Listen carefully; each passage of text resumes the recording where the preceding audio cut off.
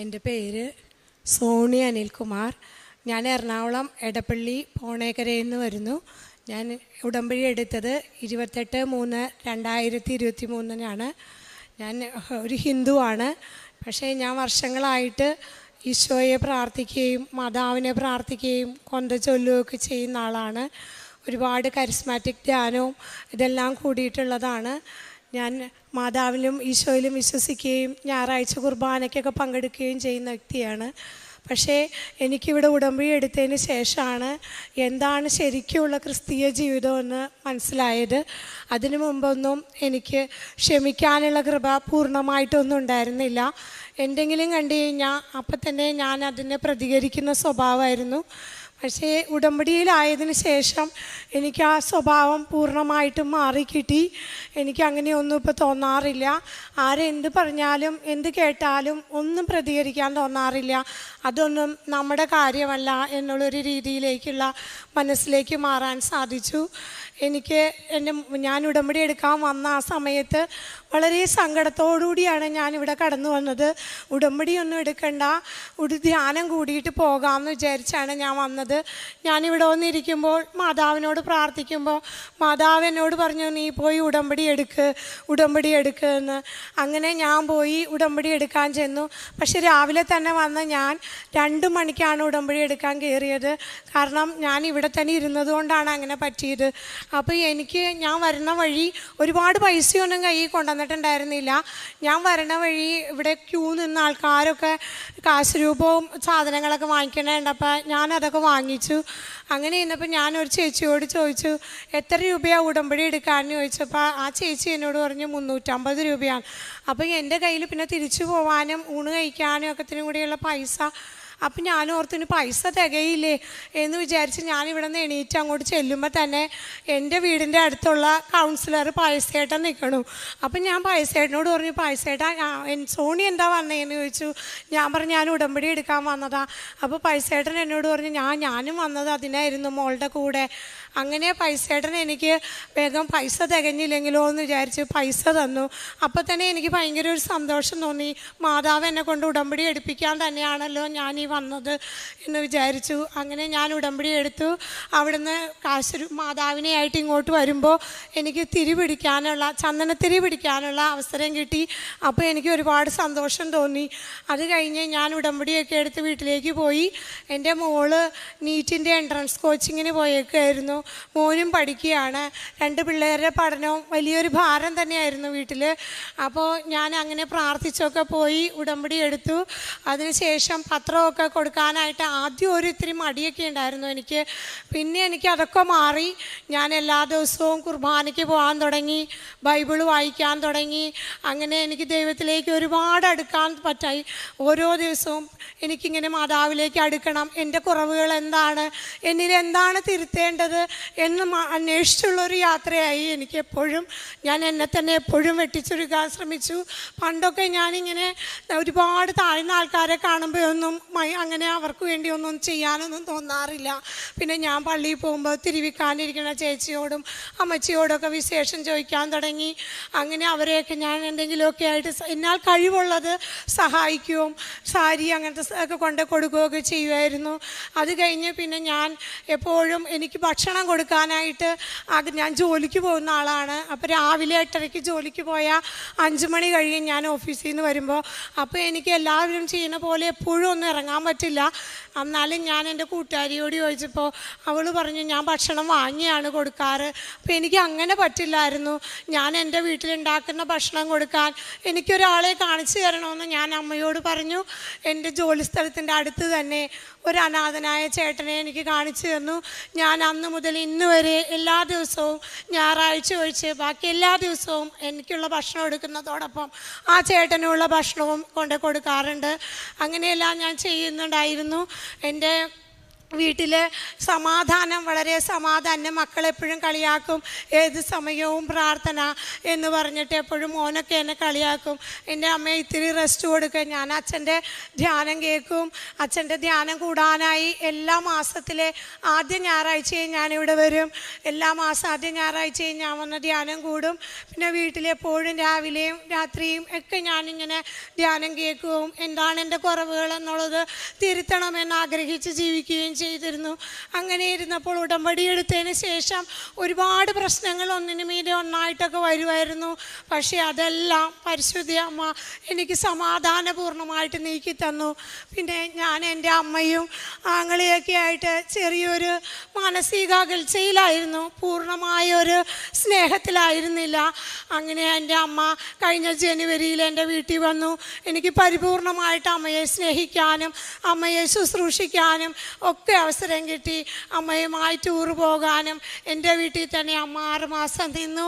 അമ്മ ഈ കഴിഞ്ഞ ജൂലൈ 28 നല്ല മരണം നേടി. എൻ്റെ ഭവനത്തിലായിരുന്നു അമ്മ. അതെനിക്ക് ഏറ്റവും സന്തോഷമുള്ള കാര്യമായി. എൻ്റെ അമ്മേനെ അവസാനം എനിക്ക് അത്രയും നന്നായിട്ട് ശുശ്രൂഷിക്കാൻ പറ്റിയതിനും അതിലൊക്കെ സന്തോഷത്തോടെ എല്ലാം ചെയ്യാൻ പറ്റിയതിനും അതെല്ലാം എൻ്റെ പരിശുദ്ധ അമ്മയുടെ അനുഗ്രഹമായിരുന്നു. ഞാൻ എന്നും പ്രാർത്ഥിക്കുമ്പോൾ എൻ്റെ അമ്മ എന്നെ ഓരോ വിധത്തിലും ഓരോ കാര്യങ്ങളിലും അനുഗ്രഹിക്കുമായിരുന്നു. അതുപോലെ എനിക്ക് PCODയുടെ പ്രശ്നം ഉണ്ടായിരുന്നു. ഞാൻ പീരീഡ്സ് ആവുന്നുണ്ടായിരുന്നില്ല. ഞാൻ ഒരു കാര്യത്തിനും മരുന്നൊന്നും അങ്ങനെ വാങ്ങിക്കാറില്ല. ഞാൻ തൈലവും ഉപ്പും ഒക്കെ ഉപയോഗിക്കും. എപ്പോഴും എൻ്റെ വീട്ടിൽ മക്കൾക്കാണെങ്കിലും എന്ത് വന്നാലും ഞാൻ ആദ്യം ഇതെടുത്ത് കൊടുക്കും. അപ്പോൾ ഞാൻ അങ്ങനെ ഒരു സാക്ഷ്യം കേട്ടു, ഇങ്ങനെ പീരീഡ്സ് ആവാതിരുന്നത് അവർക്ക് സ്കാൻ ചെയ്യണമെന്നൊക്കെ പറഞ്ഞെന്ന്. അപ്പം ഞാൻ വിചാരിച്ചു, ദൈവമേ അങ്ങനെയൊന്നും എനിക്ക് വയ്ക്കല്ലേ എൻ്റെ അമ്മയെ എന്ന് പ്രാർത്ഥിച്ച് ഞാൻ തൈലമെടുത്ത് എൻ്റെ വയറ്റിലും നെഞ്ചത്തും ഒക്കെ പുരട്ടി. അതിനുശേഷം ഞാൻ പീരീഡ്സായി. പിന്നെ എല്ലാ മാസവും ഞാൻ പീരീഡ്സ് ആവുന്നുണ്ട്. അങ്ങനെ ഒരു പ്രശ്നവും എനിക്കുണ്ടായില്ല. അതെല്ലാം എൻ്റെ അമ്മയുടെ അനുഗ്രഹമാണ്. അതുകൂടാതെ തന്നെ എൻ്റെ മകൾ കഴിഞ്ഞ വർഷം നീറ്റ് എക്സാമിന് പഠിച്ചു. അഡ്മിഷൻ കിട്ടാനുള്ള മാർക്കൊന്നും ഉണ്ടായിരുന്നില്ല.